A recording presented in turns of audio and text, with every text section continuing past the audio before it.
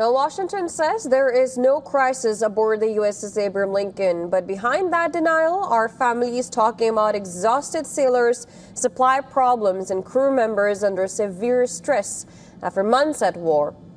And just as the Pentagon defends a Lincoln, another U.S. carrier, USS George Washington, is sailing towards West Asia to take its place. Our next report brings you the details. Take a look.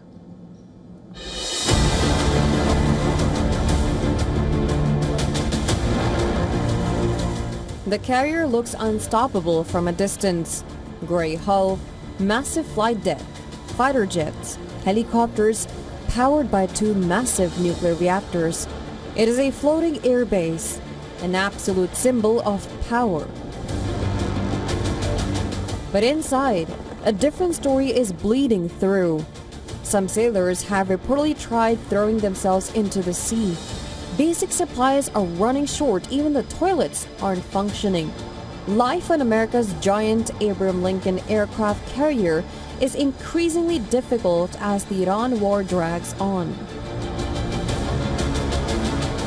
American military news outlets reported that families of these sailors raised concerns about mental health aboard the ship.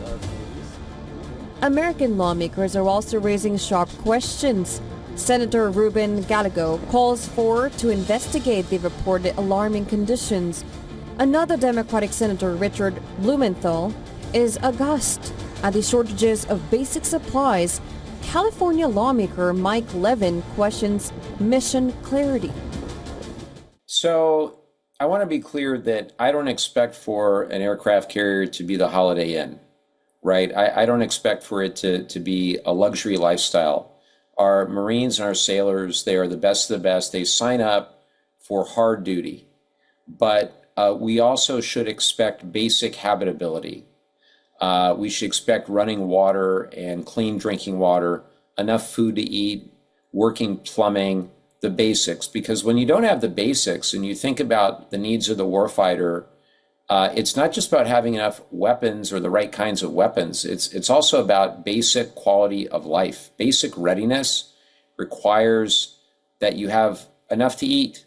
It requires that you have working plumbing.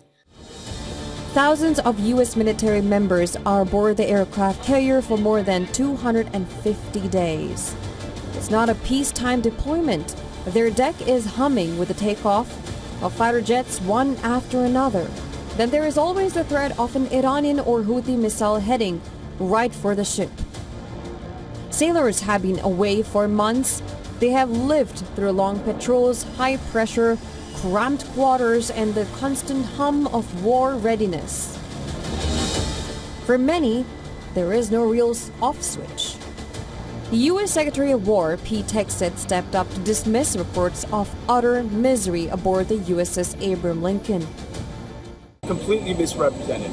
Listen, we make sure that every ship, every crew, every captain has everything we can provide them at every single moment. Some deployments are longer than others, and I have more respect and gratitude for those sailors than anybody. What they do in those high seas and those austere conditions with less port calls, it's incredible. The Pentagon tried to hide the crisis, but their panic became undeniable. On the exact day Hegseth claimed everything was under control, naval orders confirmed an emergency swap. The USS George Washington is steaming towards West Asia to relieve the exhausted American soldiers on board the Abraham Lincoln. Across the Persian Gulf, Tehran is gloating. Iranian commanders openly declare they are ready to outlast Donald Trump's entire presidency and wait out the next occupant of the White House.